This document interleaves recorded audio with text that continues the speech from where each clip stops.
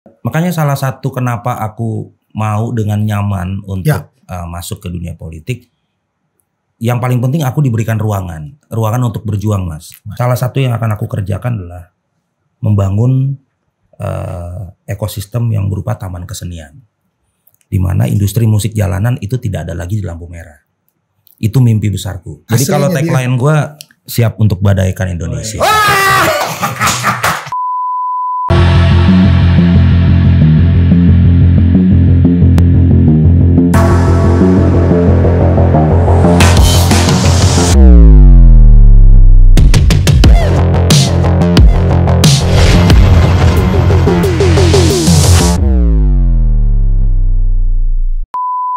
Ketemu lagi di Ngobrol Asik. Ini saya kedatangan tamu sebetulnya nggak apa ya, bukan kayak orang baru lah. Ini seniman hebat, pencipta lagu hebat Indonesia, di hitmaker Badai. Halo Mas, ketemu lagi nih. Ketemu yang kedua Badai. Kenapa aku pingin lagi ketemu seorang Badai? Dia banyak pikiran-pikiran hebat yang ingin disumasikan kepada industri musik Indonesia. Aku sangat respect terakhir bahwa Badai mau masuk ke dunia politik. Iya. Apa yang melatar belakangin seorang Badai mau terjun ke politik? Ya sebenarnya ada kegelisahan ya, banyak kegelisahan, keresahan juga. Dan kebetulan aku banyak mengalami juga hal-hal yang tidak mengenakan kan. Iya kan, tidak mengenakan. Ya Mas Anang tahu lah ya. Mas Anang tahu perjalanan-perjalanan itu. Tapi aku berpikir bahwa niatku baik. Untuk membantu banyak teman-teman adik-adikku ini yang di bawah-bawah ini yang memang mereka tidak punya kesempatan untuk bersuara. Yes. Mereka nggak punya kesempatan untuk bisa menjadi bagian kecil dari agen perubahan itu. Nah, aku setiap hari Mas Anang ya, setiap hari itu masuk DM 5 sampai 10 DM. Wow. Itu tentang mereka-mereka yang banyak case yang mereka nggak bisa tangani. Satu, penggunaan lagu tanpa izin. Yang kedua, royalti yang tidak dibayar. Kemudian kontrak seumur hidup. Lalu bapaknya punya lagu hits banyak, tapi ternyata anaknya nggak terima royalti apapun. Atau mungkin kegelisahan yang lain, misalkan kayak mereka punya lagu tapi mereka nggak punya wadah untuk nampilin karya-karya mereka. Makanya itulah dasarnya aku sampai bikin Komplanesia, komunitas pencipta lagu Indonesia. Kok gak ngajak gue sih? Mas Anang kan udah legend. Kan ini pencipta lagu. Iya betul. Iya. Gue mau ikut lah. Benar. Jadi ini aja masterclass. Ya terserah lu lah. Pokoknya gue ikut aja. Jadi Komplanesia ini isinya adalah pencipta lagu baru Mas. Mau dong. Yang memang mereka kerjaannya mau mencoba peruntungan dari lagu. Mereka mau berkarya. Bahkan gue lagi bangun satu community di mana mereka bisa nampilin lagu-lagu mereka. Wow. Lewat Komplanesia ini. Udah berapa bulan berdiri? Dari 2020. Zaman lagi COVID. Ya, aku bikin itu. Dan lumayan. Aku pernah bikin webinar 4 kali. Pengikutnya di situ mungkin sekitar sekali webinar itu 50 sampai 100-an yang ikut. Bagus dong. Dan itu aku bangun Mas. Aku bangun terus komunitinya, akar rumputnya seperti apa. Yang kita bahas di situ bukan mengarahkan kepada satu movement, bukan, tapi memberikan edukasi. Ya. Pencipta lagu itu kayak apa sih? Betul, memberikan edukasi, memberikan pengarahan, bahkan mungkin juga konsultasi supaya mereka bisa tembus industri. Good, very good. Nah, Komplanesia ini saya bangun karena aku melihat banyak kegelisahan di bawah. Nah, kenapa Badai memutuskan untuk masuk politik? Yang pertama, aku harus bersuara di regulator. Untuk apa? Untuk bisa menyampaikan isi hati dari teman-teman dan adik-adikku ini. Dan yang kedua, aku harus menaikkan derajat komposer. Kenapa derajat komposer? Nah, pertanyaan bagus nih Mas. Kenapa derajat komposer perlu dinaikin? Karena komposer Indonesia itu masih dibilang pekerjaan murah. Ya, pekerjaan murah. Kenapa? Kenapa dibilang sebagai pekerjaan murah? Karena Indonesia ini lebih fokus kepada sosok. Tapi behind the scene, behind the song, mereka nggak pernah tahu itu. Padahal kalau dia adalah Ya. Industri orang industri yang belajar yang orang industri yang berpikir. Quincy Jones itu udah ngomong di tahun 80-an. Quincy Jones yang ngomong. Sampai dia di tulisan dia tuh sempat jadi viral zaman dulu di seluruh seniman. No good song, no industry. Nah, itu benar banget. Itu Quincy Jones. Jadi tidak ada industri yang keren tanpa lagu yang bagus kan gitu kan. Nah, itu sering saya sampaikan Mas Anang kepada industri ini, tapi resistensinya besar. Ya, penolakannya besar. Kenapa? Karena edukasi terhadap anak-anak muda sekarang, mereka hanya melihat lagu itu jadinya seperti apa, dibawakan siapa, lalu menariknya seperti apa. Nah, jadi saya bilang sama teman-teman bahwa komposer ini harus punya derajat yang sama ya dengan teman-teman industri lain. Bahkan menurut saya gini, industri ini bukan industri penyanyi doang. Industri ini banyak yang memilikinya. Sampai stakeholder yang lain, bahkan sampai kru panggung, band cafe, reguler dan lain-lain. Mereka turut memiliki industri ini. Jadi aku pikir aku harus menyuarakan itu. Yang ketiga, dalam Undang-Undang Hak Cipta 28 2014 ini banyak banget sesuatu yang saling memakan satu di yang lainnya. Menurut saya ya, dalam tanda kutip ya, masih perlu banyak revisi ongoing proses. Itu sebetulnya hal yang lumrah di dalam peraturan pembikinan politik legislasi politik aturan. Itu hal yang ongoing proses gitu ya. Jadi aku melihat bahwa di dalam undang-undang ini pun sebenarnya eksklusivitas komposer itu belum dijamin 100%. Karena banyak sekali aturan-aturan yang saling tumpang tindih. Contohnya di pasal 9 ada eksklusivitas komposer. Lalu di pasal yang lain ada hak ekonomi pelaku pertunjukan yang dalam tanda kutip tidak sesuai juga dengan arahan-arahan di lapangan. Iya kan? Lalu ada juga ketentuan pidana yang seharusnya dipergunakan kepada pelanggar-pelanggar yang memanfaatkan pemanfaatan komersial. Tetapi pada saat itu terjadi kasus, itu hanya menjadi delik aduan. Delik aduan dan juga nggak bisa diproses secara langsung. Bahkan kan Mas Anang tahu sendiri di lapangan yang terjadi di lapangan itu banyak pencipta lagu yang akhirnya menarik diri, tidak lagi mempermasalahkan lagunya. Gitu. Kenapa? Karena mereka merasa bahwa ya udah ini bukan barang menarik nih, bukan barang menarik untuk diproses secara hukum gitu. Ya itu ongoing proses ya. Yang nanti juga akan memberatkan industrinya. Kita lagi industrinya juga ongoing menuju kemajuan gitu ya. Ya aku rasakan itu terjadi kenapa seperti itu. Karena akan semakin banyak ke depan kejadian. Contohnya adalah kejadian hari ini pemakaian lagu di sosial media. Itu pun undang-undang punya kita, undang-undang hak ciptanya itu kan masih OMA 1, ini versi 1. Sekarang udah versi 4, versi 5 kalau nggak salah di Amerika. Itu juga harus perbaikan gitu ya di amandemen Undang-Undang 28 2014. Aku sih berharap nanti Badai bisa jadi motor untuk mengamandemen Undang-Undang 28 2014. Disitulah asal muasal peristiwa yang dibilang sebetulnya tidak kanibalisme di dalam peristiwa Undang-Undang 28. Selama memang aturan turunan atau aturan rigid dari undang-undang tersebut menjadi clear. Ini sebetulnya karena undang-undang itu sendiri tidak akan bisa berfungsi apapun pada saat aturan turunan tidak turun. Dulu sebetulnya mengenai pemakaian lagu tujuan komersial yang dipertunjukkan itu udah pernah diusulkan zaman dulu waktu aku di parlemen untuk melalui izin keramaian. Karena izin keramaian tuh nggak bisa tidak, bahwa itu harus izin ke polisi. Nggak ada izin itu ditutup pertunjukan apapun, apapun mau di kantor kayak mau di mana, apapun.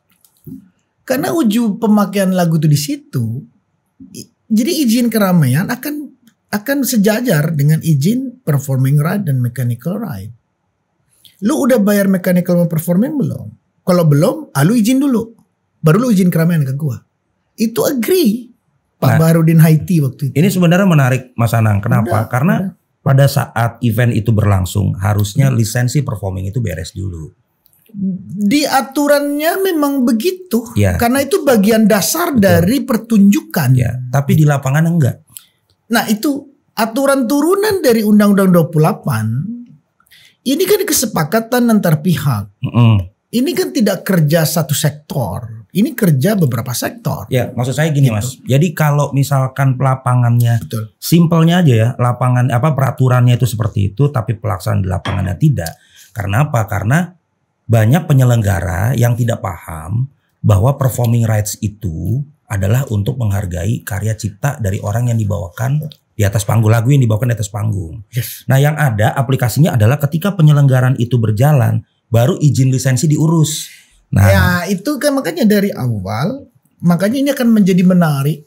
Aku terus terang respect sama Badai, mau masuk ke dunia politik untuk mengatur politik aturan yang nantinya juga akan berurusan dengan politik anggaran. Kamu harus berjuang dengan politik anggaran. Jadi aturan bawah ini problem kita. Sebenarnya aturan di undang-undang kita ini sudah bagus-bagus gitu ya. Kalau aku lihat. Cuman sosialisasi juga hal yang sendiri lagi. Nah itu yang kemarin. Hal sendiri lagi. Yang kemarin aku ngomongin juga bahwa aku kan udah sering rewel ini. Ya. Sosialisasi ini. Sosialisasi. Ya kan. Karena ini sangat-sangat minim sosialisasi. Sangat-sangat minim. Kenapa kalau sangat minim? Karena bisa dibuktikan kok. Banyak user, banyak stakeholder yang nggak ada yang mengerti tentang ini kan gitu. Dulu kan. Aja aku turun ke Surabaya waktu anggota parlemen, bagaimana menyelesaikan peristiwa karaoke di Surabaya yang akhirnya kita menang dan memasukkan, akhirnya itu jadi peristiwa pidana dan akhirnya orangnya dijerat ya masuk itu dan akhirnya dibayar. Nah itu sama, jadi ongoing proses ya, kita harus makanya di sini bahwa nanti disitulah nanti akan Badai bertemu dengan sektor-sektor lain, karena kamu akan bertemu dengan pemerintah, itu sektornya saling keterpihakan gitu ya. Nanti bagaimana kamu meramu sektor yang lain, itu pun nanti hubungannya dengan fraksi yang lain. Ini yang nanti akan unik tuh perjuangannya Badai di dalam parlemen. Jadi aku sih senang ngelihat Badai mau ke sana.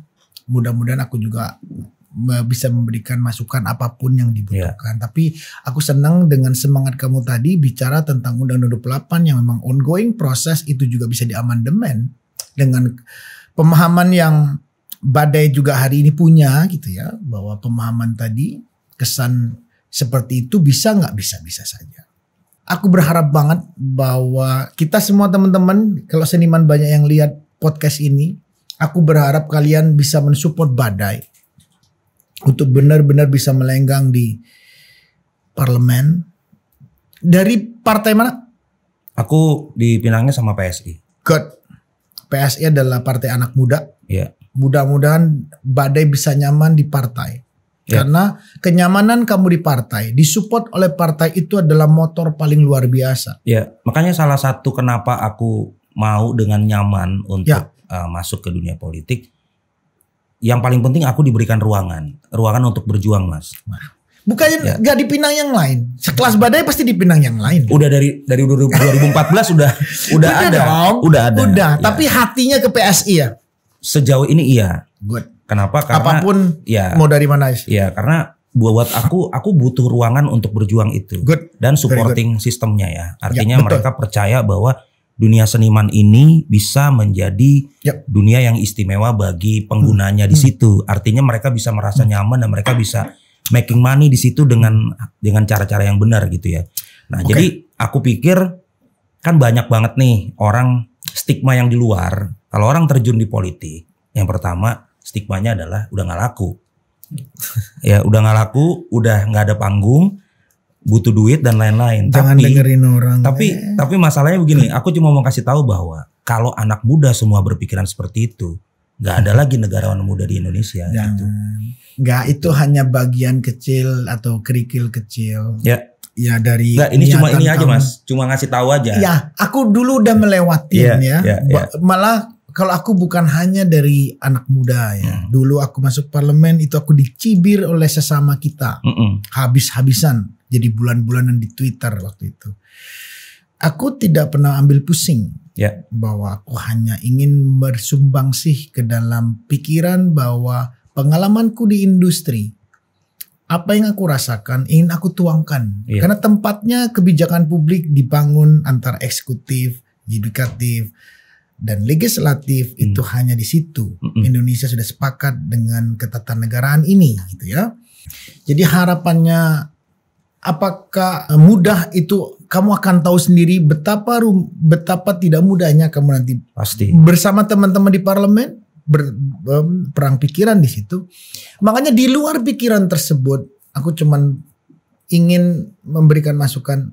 Udah pikir itu aja. Ya. Orang yang nggak suka pasti banyak yang tidak suka. Dan nggak habis-habis. Tidak habis, setuju. Tidak habis. Cuman selama kamu berjuang dengan keinginan kamu, insya Allah menemukan jalan. Kalau aku kalau lihat. Karena aku akan kasihan sih pasti akan. Betul. Yang penting sih gini Mas, aku punya niat untuk berjuang. Dan menjadi bagian yang bagian kecil lah dari perubahan ini, gitu kan. Artinya ya aku menilai bahwa sekian puluh tahun aku berkarya di Indonesia, ya udah waktunya. Sekarang udah waktunya aku istilahnya memberikan sumbangsi besar lah. Gak gitu. Banyak orang punya pikiran kayak kamu. Gak banyak. Ya mudah-mudahan direstui Tuhan lah Mas. Pasti aku orang yang mensupport kamu. Karena apapun yang ingin aku sampaikan kadang juga mungkin tidak sejalan dengan pikiran kamu. Tapi ingat, kamu adalah anggota parlemen yang siap mendengarkan berbagai pihak. Aku berpesan aja, gak boleh emosi. Dan kamu harus bertukar pikiran atau berperang pikiran dengan aku pun gak bisa. Kamu harus terima, karena kamu parlemen yang menerima masukan dan mencari masukan, mengejar masukan. Gak bisa menerima doang, tapi kamu mengejar. Kan itu adalah parlemen. Ya pertanyaannya tadi kenapa PSI udah dijelasin. Bahwa PSI memberikan ruang yang besar, supporting yang besar. Karena di situ luar biasa. Jadi benar-benar sudah niat 100%. Jadi nanti dapilnya mana? Nah kalau dapil aku sepertinya di Jabar 6, Bekasi, Depok. Bekasi, Depok. Wow, oke.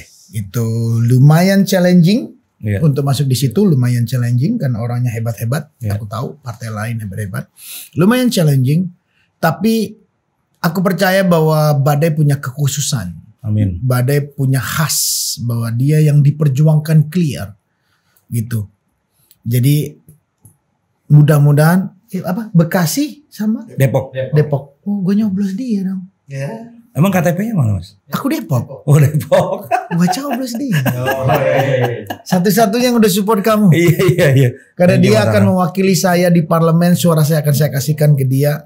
Jadi buat teman-teman di Depok, seniman di Depok, kita udah punya wakil rakyat rencananya ke depan. Amin. Mudah-mudahan amanah. Apapun, karena aku tahu beliau, aku tahu Badai dari awal dia sangat serius mempelajari hal ini.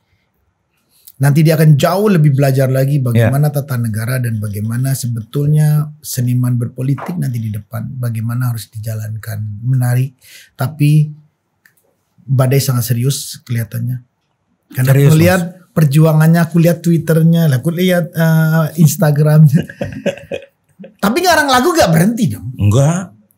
Jangan karena kamu mengasah yang lain tuh di situ. Iya. Aku dulu kan kegilaan, gak ngarang lagu, gak nyanyi. Waktu jadi anggota parlemen? Sama sekali. Berhenti 5 tahun. Tapi sebenarnya kalau kita jadi anggota parlemen itu, kita tetap boleh. Boleh, selama bahwa kamu memfokuskan semua apa yang menjadi tanggung jawab kamu di parlemen berjalan. Gini, pengalaman sedikit ya. Dulu itu aku sampai punya pikiran gini loh, Badai, yang aku sebetulnya harusnya keliling Indonesia. Kenapa? Kamu menariknya nanti. Pada saat kamu ketemu dengan mitra kerja, yaitu pemerintah, kamu akan menyuarakan masukan itu. Iya. Jadi pada saat kamu, besok saya akan berangkat ke Medan. Padahal bukan dapil kamu, let's say. Iya. Tapi dapil diberesin dulu. Dapil kebutuhannya apa? Oke, tim dapil harus bekerja. Gimana caranya suara dapil kita suarakan. Tapi aku harus tetap ketemu dengan seniman-seniman se-Indonesia. Karena butuh aku menyerap asupan yang lain. Asupan yang lain dari mereka. Tapi aku lihat kamu kemarin diskusi sedikit sama aku udah ngelihat, wow.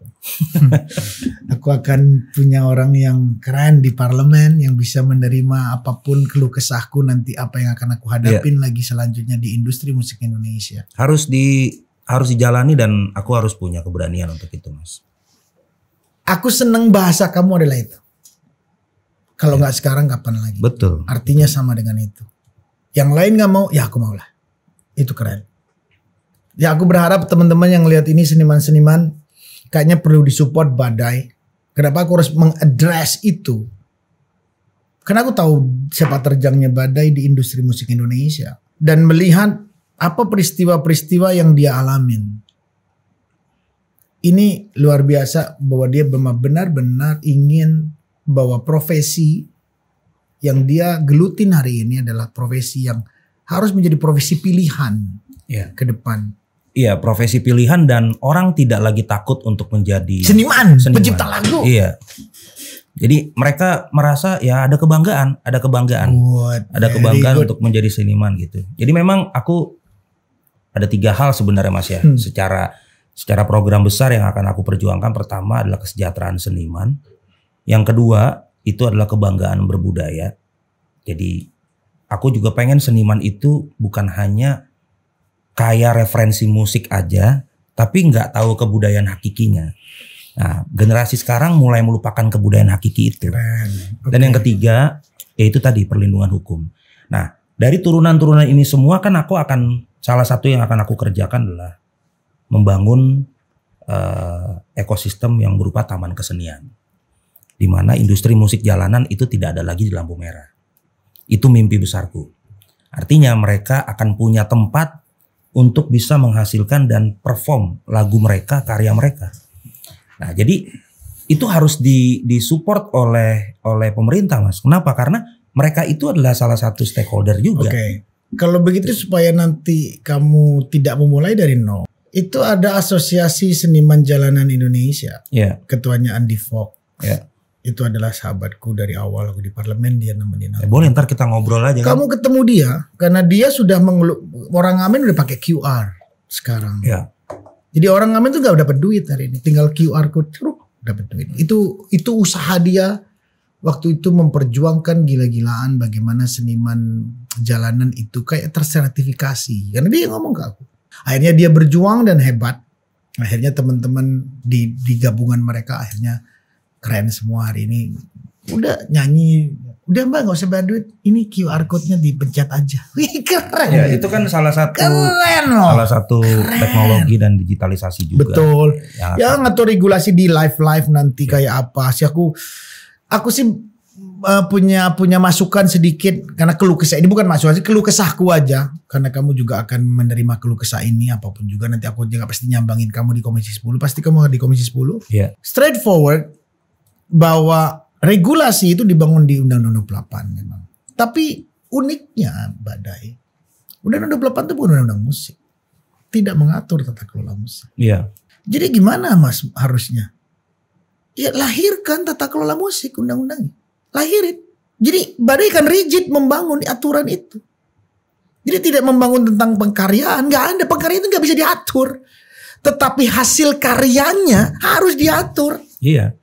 Nah, kalau hasil karyanya terus dipakai sembarangan sama orang kayak begitu kan kasihan. Jadi sebenarnya obrolan ini jadi menarik nih. Kenapa? Karena salah satu yang membuat aku akhirnya mau terjun ke politik adalah supaya penggunaan karya cipta itu jangan sembarangan. Ya kan, jangan sembarangan. Karena gini ya Mas ya, di dalam peraturan dalam Undang-Undang Cipta ada PP 56 2021. Ya itu kan peraturan pelaksana yang ada 24. Ya ada 24 juga. Yang munculnya cukup lama kan dari 2014 Nah memang itu ya kan. 7 tahun kemudian loh, dia hebat banget. Ya 7 tahun kemudian baru keluar. Ya harusnya kan paling lama 2 tahun. 2 tahun. Nah, jadi hebat. Jadi apa ya maksudnya? Kenapa ya gitu ya? Kenapa gitu? Gatel ya? Kenapa harus begitu berlama-lama? Dan juga di dalam proyeksi aku melihat sepertinya orang menganggap bahwa penggunaan lagu itu ya udah tinggal digunakan, lalu mereka nggak peduli dengan bagaimana cara bagaimana cara menyalurkan monetizing-nya ini seperti apa? Kayaknya contohnya di konser lah ya. Di konser. Aku dulu, kenapa aku mau ngomong tentang Ahmad Dhani, sahabat kita satu ini, kakakmu nih Ahmad Dhani, kakakmu lah. Ahmad Dhani itu waktu itu Lasso, terus Reza Artamevia, itu ngomong, Nang, kalau anak-anak ini yang nyanyi lagu gua tarik 1 jutaan aja deh, boleh nggak? Ya terserah lu yang nyiptain kok. Aku bilang iya boleh. Mas Anang setuju dengan lagunya dinyanyi, dipakai. Dhaninya nggak dapet duit. Nah terus gimana caranya? Oke. Kenapa dulu aku bicara seperti itu? Ya kita nggak punya sistem. Sistemnya nggak ada.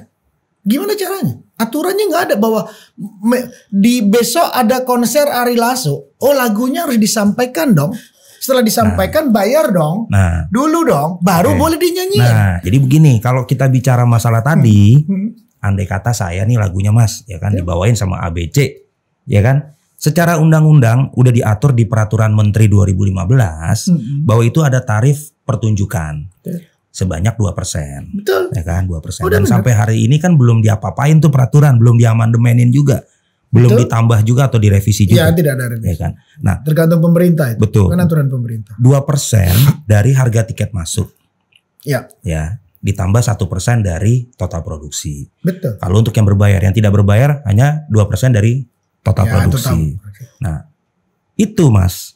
Kalau kita hitung dari harga tiket 20 juta total tiket, berarti 2%-nya itu 400.000 kan. Betul. Nah, 400.000 itu kan bukan ukuran satu lagu, tapi ukuran semua lagu yang dibawakan di malam itu. Misalkan saya punya lagu 10, berarti satu lagu saya 40.000. Ya. Nah, jadi itu saja saya sebagai member pemilik lagunya aja. Lagu gue sih bayar segitu ya. Nah, ibaratnya, tapi ini sudah suruh bayar segitu, nggak mau pulang. Nggak mau bayar juga. Makanya kenapa? Komposer akhirnya langsung ke user bahwa ada kesepakatan gentleman agreement bahwa lo kalau pakai gue bayar ya, pakai lagu gue bayar ya, gitu kan? Sekian rupiah, dan itu sudah saya lakukan juga, gitu, kepada band saya yang lama. Kenapa bilang begini? Karena itu tadi reasonnya. Pertama, karena ketidakjelasan di dalam penarikan. Dengerin tuh. Ya, ketidakjelasan dalam penarikan. Penarikannya mau seluas apa? Enggak, bukan masalah seluas. Caranya lo gimana? Caranya gimana mau narik itu? Bahwa wajib. Ini menyangkut Undang-Undang 28, haknya si pencipta. Ini wajib nih. Ya. Kok nggak dilakuin? Sementara orang yang nyanyi dibayar. Jadi kalau saya Mas, saya udah nggak di Krispati, tapi aset saya ada di situ. Sebagai apa? Misalkan itu perusahaan, saya punya aset besar di situ. Sementara aset besar ini kalau kita tarik integrasi ke undang-undang, ini nggak berjalan dengan baik. Menurut Bari permasalahannya di mana sih? Kalau saya jujur-jujuran aja, permasalahan nilainya terlalu kecil. Harusnya penggunaan lagu itu nggak 2% harusnya. Kalau saya sekarang 2% aja gak ada yang mau. Betul. Nah itu kenapa? Kalau mau tambahin lagi terus piye carane? Ya harus ditertibkan izin penyelenggaranya. Jadi kan ditertib dulu. Iya dong, tertib dulu ya. Tertib dulu aja ya. Iya, berarti dipanggil penyelenggara untuk tertib dulu. Ini ada aturan gini nih. Betul. Izinnya ada nggak? Kalau bisa juga senimannya yang mau nyanyiin bahwa paham juga. Besok gua akan nyanyiin lagu Badai nih. Ya. Udah dong. Lu harus bayarin dulu deh. Iya. Karena apa? Kasihan penciptanya gitu. Artinya lisensinya itu harus diberesin dulu semuanya. Dan nilainya juga kan ada di dalam Undang-Undang Cipta. Dibayar dalam bentuk kewajaran. Saya tanya, misalkan saya dibawa di ujung Indonesia, emang bisa nagih ke sana? Nggak bisa Mas. Kenapa? Karena penagihan manual. Reporting manual. Udah cek gitu Badai. Sekarang gini. Badai udah ngecek kemana semua itu? Kalau by checking, ya kan kita kan nggak mungkin jadi polisi satu-satu, Mas. Cuman sampai hari ini Badai dapat informasi ini seperti apa? Oh iya. Kan di dalam reporting yang saya terima itu kan ada nilai konser-konser besar. Konser besar ya, konser besar. Belum yang kecil ya? Belum yang di kafe, yang di mana? Kalau karaoke, yang di kawinan. Kenapa gue nyanyi lagu lu? Pernah. Nah. Ngaku aja deh gue ngaku. Tapi gini ya, maksudnya jangan salah paham juga. Karena kenapa? Karena yang harus bayar royalti performing itu sebenarnya bukan penggunanya nih. Tapi ya, juga penyelenggaranya. Gitu. Cuma ya kalau saya karena nilainya kecil dan usernya juga nggak tahu rulesnya, ya saya berlakukan aja. Termasuk ke band saya yang lama. Akhirnya ke ujungnya aja deh. Yang gitu. mesti pakai begini nih. Iya gitu. Jadi itu sampai kamu mengeluarkan surat terbuka tadi. Ya. Ke Sami. Atau ke band kamu. Ini ada videonya nih coba. Di dalam surat ini kapan Badai? Lupa juga mungkin November kali ya 2022. Bahwa khusus untuk tapi kolaborasi yang saya ngomongin ini Mas, ini untuk reuniannya. Oh, hanya satu klausal ya, untuk reuniannya saja. Problem aja. Hubungan dengan deal menjadi urusan masing-masing manajemen. Ya, jadi saya ulang nih ya. khusus untuk kolaborasi reunian Krispati dan dengan Badai dan dengan Semi Simorangkir, maka segala sesuatu yang berhubungan dengan deal menjadi urusan masing-masing manajemen. Nah, itu ada tulisan itu ya ada. Di kontrak kamu yang dulu. Iya. Saya telah mengundurkan diri dari squad reunian.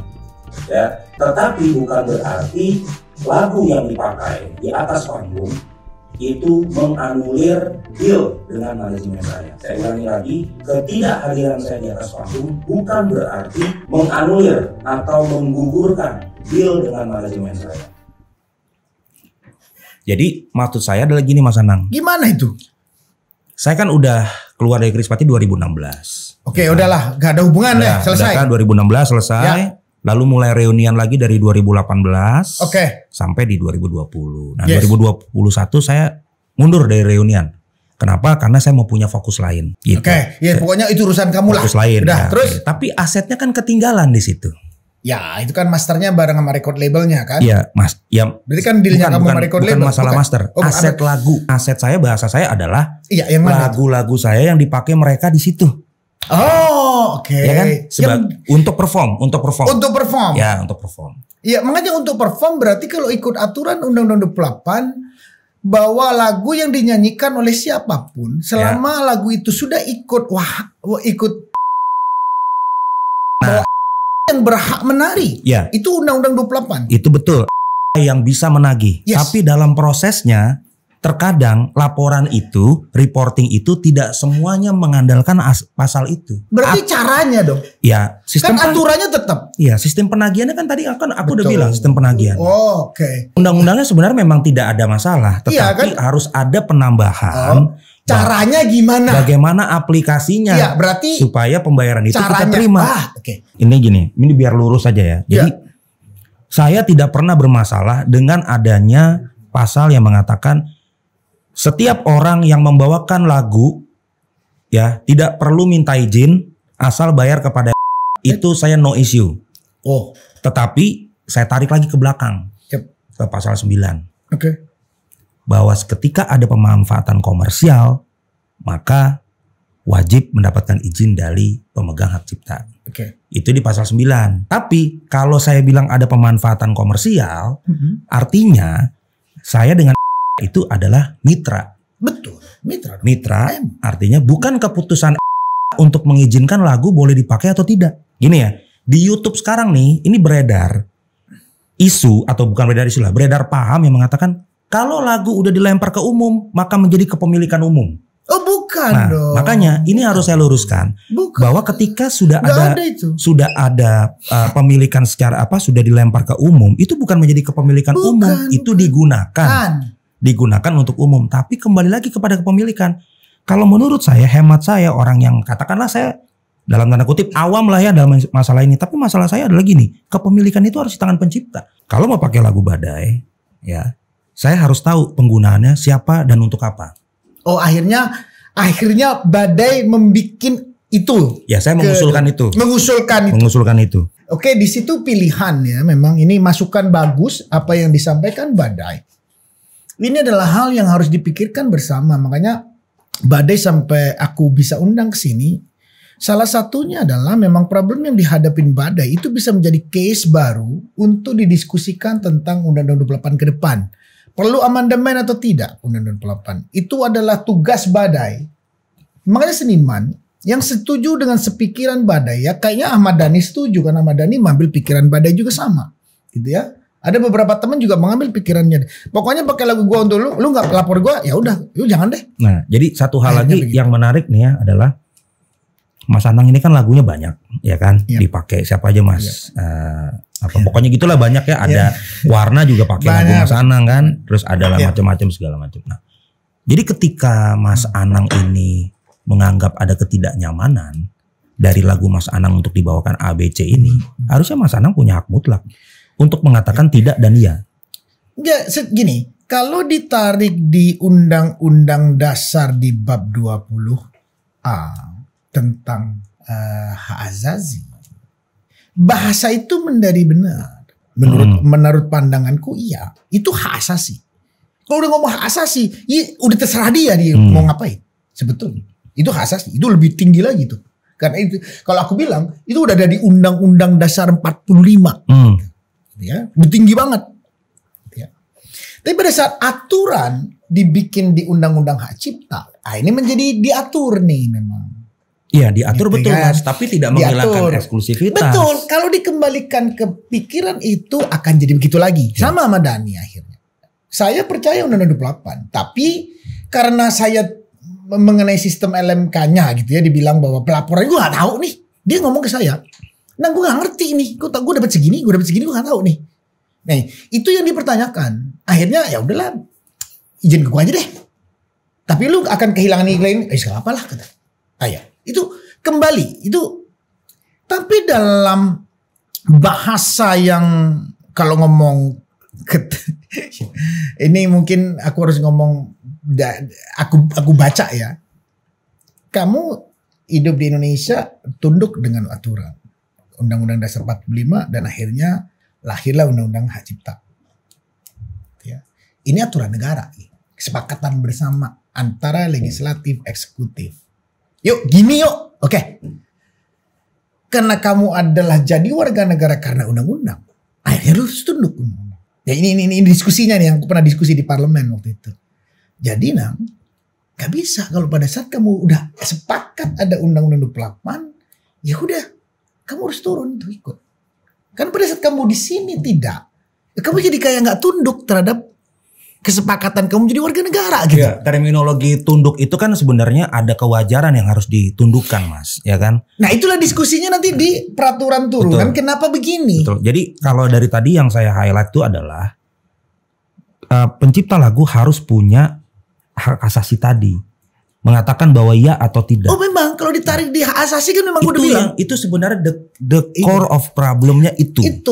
Nah, kenapa saya bilang itu menjadi problem utama? Karena di user ini atau di orang-orang yang sering berbicara tentang hak cipta itu nggak bisa gitu. Pencipta lagu nggak bisa ngomong seperti itu. Memang karena kalau jatuhnya jadi begini nih, kan udah aturan WTO, kesepakatan seluruh dunia di hak cipta. Batasan lagu sampai 50 tahun ya, habis itu milik umum kan, gitu kan? Ya itu kan kalau itu kan bukan bicara performing. Enggak. Gitu. Ini artinya sama hak asasi, ini sama. Ini sama sebetulnya. Gitu sama aja. Sama dalam artian gini. Loh, kalau sudah milik umum ya udah bebas aja dipakai orang. Gue gak mau. Gitu. Padahal aturan dunianya nggak bisa. Lu gak bisa lagi nuntut orang yang pakai. Kenapa? Lagu lu udah milik umum. Itu hak asasi lagi. Kalau hak asasinya ngomong nggak mau gua. Gak bisa. Aturan kesepakatan seluruh negara di dunia 200 ini setuju. Kalau kita bicara masalah public, jadi begitu nggak? Kalau kita bicara masalah public domain, ya memang udah aturannya. Makanya. Tapi kan kalau untuk kan hubungannya ke hak asasi lagi. Gitu kalau hak asasi manusia sebagai pencipta lagu, ketika dia tidak nyaman lagunya dibawakan, dia berhak untuk menentukan iya atau tidak. Betul. Gitu. Jadi ya banyak komposer yang mengeluhkan ini, terus terang aja. Gitu. Jadi disitulah Badai ingin go to parliament. Ya, aku ingin memperjuangkan eksklusivitas yang benar-benar eksklusif. Hebat. Gitu loh. Kok masih ada seniman kayak kamu ya? Enggak hebat, enggak benar. Aku bilang, kamu punya keberanian Badai. Apapun yang ingin kamu sampaikan nanti, disitulah kamu nanti perang pikiran. Ini kan akibat video ini, musuh gue tambah banyak aja. Iya kan, tambah banyak aja. Gitu. Aduh, masa sih Badai? Apa? Yang Ya mungkin mereka merasa bahwa gue masuk ke dalam kolamnya gitu. Maksudnya gimana itu? Gak ngerti gue. Jelasin dong. Ya udah, pokoknya begitulah ya. Pokoknya. Dai, lu kita lagi jadi anggota parlemen dulu, Dai. Belum lah, masih 2024. Tapi terus terang dari pernyataan itu, ya kan, itu akan dianggap oleh beberapa orang bahwa itu akan jadi role model untuk komposer lain bertindak. Tapi yang jelas dari tindakan gue seperti ini, Mas, kan, ya. Gue sih bersyukur musuh gue tambah banyak gitu. Kenapa? Karena ya untuk mengadakan perubahan memang harus begitu.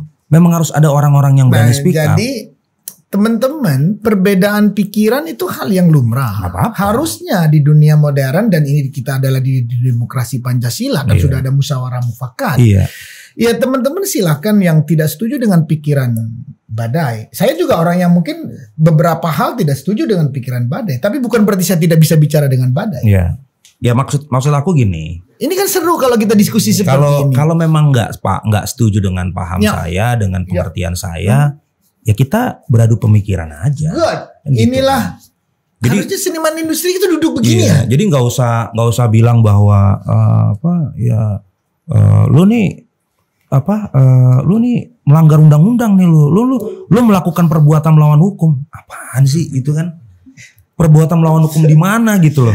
Iya itu kan? Ahmad Dhani nanya ke aku juga itu. Jadi dan itu nanya. Ya, sebenarnya perbuatan melawan hukum dari mananya gitu kan. Artinya kita nagih juga tetap pada jalurnya. Ada LMK di situ ya kan. Ya. Kita mengadakan kesepakatan dengan teman-teman kita juga. Kesepakatan yang disahkan melalui kontrak. Ya kan. Tidak serta-merta kita bawa debt collector terus nagih gitu. Segala macam. Kan enggak juga. Ya. Jadi perbuatan melawan hukum di mana kan gitu. Nah ini jadi buat teman-teman yang setuju dengan pikirannya Badai, menurut aku ini bisa dipakai. Yang tidak setuju artinya bahwa ini ongoing proses, bahwa perang pikiran akan terjadi pada saat Badai nanti di parlemen. Iya.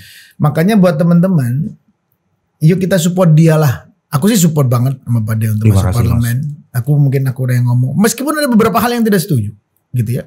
Tapi aku berharap kamu masuk untuk sampaikan pikiran tersebut menjadi sebuah aturan yang memang kita nanti akan jadi baku bersama. Tapi aku percayanya bahwa kamu tidak akan. Ya aku berharap bahwa Badai harus menjaga keseimbangan antara pencipta, pemakai, industrialis, dan pemerintah sebagai teks. Itu semangat yang harus dibangun sebagai anggota parlemen. Pikirannya aku cuman ingin usul aja. Kenapa? Aku kepingin Badai masuk panjang untuk bisa menjadi penjaga gawang. Bahwa ini stakeholder, pembisnis musik, pemakainya, gitu ya, teks negara dan senimannya. Bagaimana menempatkan ini? Bahwa nggak bisa Badai untuk gua mewakili seniman, nggak bisa. Karena pada saat di parlemen kamu mewakili industrinya. Bahwa ini harus hidup berdampingan untuk bermanfaat baik ke negara maupun pembisnis maupun si pencipta. Gimana? Ya itulah ribetnya jadi anggota parlemen. Bukan berarti kita, kok berat mas? Oh bukan berat. Tapi itu yang kamu hadapin. Karena kamu adalah parlemen, mewakili rakyat. Jadi mewakili semua pihak. Untuk tidak ada satupun yang dirugikan. Ini yang harus apa ya? Aku pengalamin itu gitu di parlemen. Gak bisa gue mikirin pencipta doang, gak bisa. Gue mikirin, gak bisa juga. Gue harus 4 ini semua dipikirin. Jadi yang penting bahwa pertemuan hari ini harapannya bahwa apa yang disampaikan selama ini oleh Badai baik kepada siapapun tentang cita-cita dia sebagai seorang pencipta lagu musik Indonesia. Di dalam industrinya yang sudah punya undang-undang hak cipta dengan penduduk yang sudah besar 280,6 juta. Tapi industri musik Indonesia itu hanya berkontribusi 0,40%, 46 sekian persen tepatnya aku lupa. Bahwa industri kreatif Indonesia udah menyumbang 1.100 triliun per tahun. Tetapi musik itu masih di bawah 1% berkontribusi. Jadi artinya bahwa ada keanehan. Ada hal yang aneh. Bahwa 17 subsektor itu ada musiknya semua. Tapi musiknya dapat 0, sekian. Belum nyampe 1%. Itu laporan Badan Pusat Statistik Indonesia. Jadi data-data kayak gitu nanti mudah-mudahan Badai akan kaya. Karena Badai akan harus bisa menyampaikan seluas itu. Tapi semangat Badai, aku terus terang. Ini aku sampaikan lagi buat teman-teman. Aku boleh berbeda sedikit pikiran, tapi aku tetap bersama dia. Kenapa? Dia akan menjadi orang yang ada di tempatnya nanti memperjuangkan kebijakan publik. Dia akan ada di parlemen. Jadi teman-teman harusnya bagaimana bisa berdiskusi dengan Badai. Undang aja meskipun Badai PSI, yang lain bungin partai lain diskusi aja. Bener kan Badai ya? Iya dong. Harusnya ya, seniman punya itu ya Badai. Kita beradu pemikiran aja gitu kan. Jadi nggak perlu harus. Apalagi menyerang personal ya mas ya. Iya. Ya, kan? Aduh nggak dewasa banget sih. Jadi menurutku ya kita harus punya itikat baik lah untuk bangsa ini kan gitu. Karena udah kayak anggota parlemen ya. Dai lu hebat banget sih Dai. Gue Gue justru harus belajar sama Mas Anang lah. Hebat kamu. Gue suka banget sama kamu. Jadi guys, kita kalau akan berlama-lama terus dengan badai kayaknya nggak seru juga, masih banyak urusannya. Tapi aku terus terang aku kepingin karena kita sama. Aku juga orang yang nanti jadi jadi konstituen kamu gitu ya. Ya. Aku siapkan tempat ini. Kapan kamu mau pakai untuk menjelaskan apa yang sudah kamu kerjakan di parlemen? Okay. Silakan. Aku siap mendengarkan kamu. Siap. Aku siap support Badai. Mas, aku mau ngomong Mas apa yang sudah aku kerjakan. Silakan Badai. Aku tidak pernah menutup pintu untuk Badai memakai media ini untuk menyampaikan apa ya regulasi yang sudah kamu akan perjuangkan. Aku rasa kamu sangat siap untuk masuk ke parlemen. Kamu udah punya tujuan bahwa aku ke parlemen mau begini. Tujuannya clear ya? Clear. Oke. Gak perlu didiskusikan kembali. Memang itu adalah kebutuhan hari ini. Dengan industri kita terus berkembang, gitu ya. Tapi pendapatan kita belum seimbang, apalagi sampai ke senimannya. Ini sebuah problem yang memang harus kamu pecahkan di parlemen. Ya. Jadi clear teman-teman. Soalnya banyak juga DM ke aku, itu Badai serius gak sih Nang? Gak bener. Aku harus ngomong ke kamu supaya kamu juga. Ini teman-teman akan lihat. Oke. Teman-teman akan lihat bahwa aku hampir bicara banyak yang gak bisa aku gak bisa kita siarkan semua diskusi ini. Tapi aku yakin bahwa Badai sudah siap betul masuk ke parlemen dan dia sudah tahu tujuannya mau ngapain di parlemen. Gak perlu didiskusikan ulang bahwa kita hanya bisa mensupport dia dan mendoakan Badai supaya bisa benar berlenggang di DPR di Senayan. Ya, aku sangat membutuhkan masukan. Bahkan itu saran, bahkan kritikan juga. Supaya paling tidak aku tidak bias aja ketika ada dalam posisi itu. Hebat kamu. Clear secara tujuan dan sebenarnya niatku adalah ya membuat seniman itu memang ya bangga aja punya pekerjaan sebagai seniman karena penghasilannya jelas, aturannya jelas. Good. Dan aku bisa banyak belajar hal baru kan Mas. Gitu. Betul.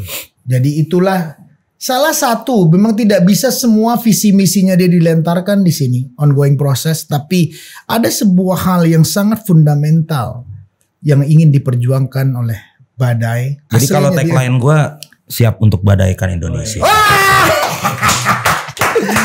Jadi aku nggak ingin berlama-lama, tapi nanti kita undang lagi. Kalau teman-teman mau tanya silakan kirim DM aja atau Badai juga ada Instagramnya langsung. @badai_the_piano_man.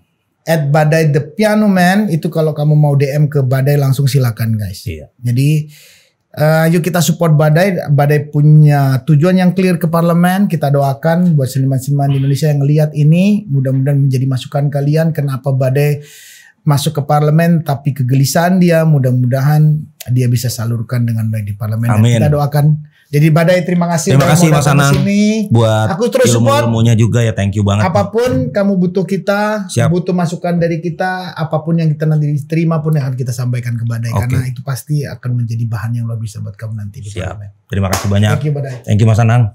Sehat-sehat. Sama-sama. Bye-bye guys.